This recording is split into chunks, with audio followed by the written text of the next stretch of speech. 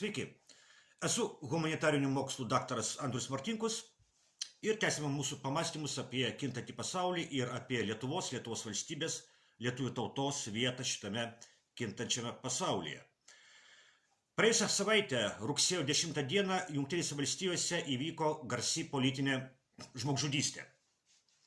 Ko gero garsiausia per pastaruosius kelis dešimtmečius Jungtinių valstijų istorijoje. Jutos valstijoje buvo nušautas Charlis Kirkas, visuomenės veikėjas, Donaldo Trumpo ir tradicinių vertybių šalininkas. Kiek anksčiau, rugpjūčio pabaigoje, Jungtinėse valstijose įvyko kita žmogžudystė, kuri pagarsėjo dėl jos plačiai paplitusio vaizdo įrašo. Šiaurės Karolinos valstijoje metro vagone buvo peiliu subadyta moteris ukrainietė, atvykusi į Jungtinės valstijas karo Ukrainoje pradžioje. Į abi žmogžudystės sureagavo Jungtinių valstijų prezidentas Donaldas Trumpas. Dėl abiejų žmogžudysčių Donaldas Trumpas apkaltino jo priešininkų vykdytą ir tebevykdomą politiką. Na, aišku, jo priešininkų tai pirmiausiai demokratų partijos politika, plačiai kalbant, globalistų politika. Ir vienoje ir kitoje žmogžudystėje aukos ir žudikai buvo jauni žmonės. Ukrainietei buvo 23 metai, jos žudikui, juodaodžiam amerikiečiui, 34 metai, Čarliui Kirkui buvo 31 metai, jo žudikui, baltaodžiam amerikiečiui, tik 22 metai. Visi jie yra vienos kartos žmonės, visi jie yra tos pačios epochos vaikai. Visi jie gimė po to, kai Lietuva 1990 m. kovo 11 dieną paskelbė savo nepriklausomybę. Kas nors gali paklausti, o ko čia dėta Lietuva? Kaip šitos Amerikoje, Jungtinėse Amerikos valstijose įvykdytos žmogžudystės susietos su Lietuva? Atsakau, tiesiogiai susietos. Šios žmogžudystės yra pasekmė tos pačios politikos, dėl kurios pastaruosius 35 metus nyksta Lietuva, o lietuvių tauta išmiršta Lietuvos valstybėje. Šios žmogžudystės yra globalistų vykdomos politikos pasekmė. Ir Lietuvos nykimas yra globalistų vykdomos politikos pasekmė. Charlis Kirkas buvo antiglobalistas ir tradicinių vertybių šalininkas.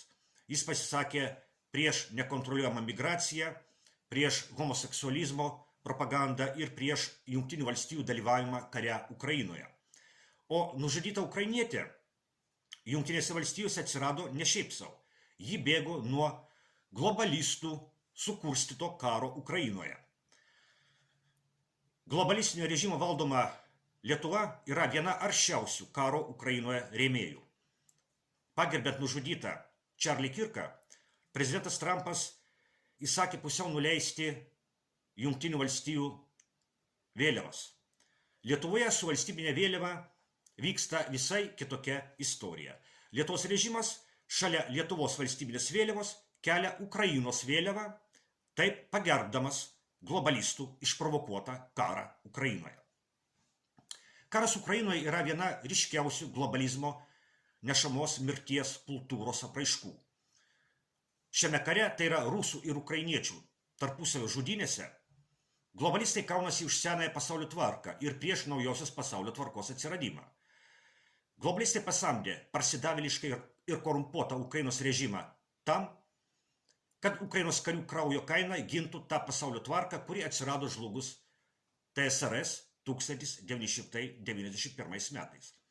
Todėl ir Lietuvos prezidentas, tipiškas globalistas ir banko tarnautojas, nors ir buvęs komunistas, bučiavo Ukrainos vėliavą ir sakė, kad to veiksmu jis bučiuoja Ukrainos karių kraują.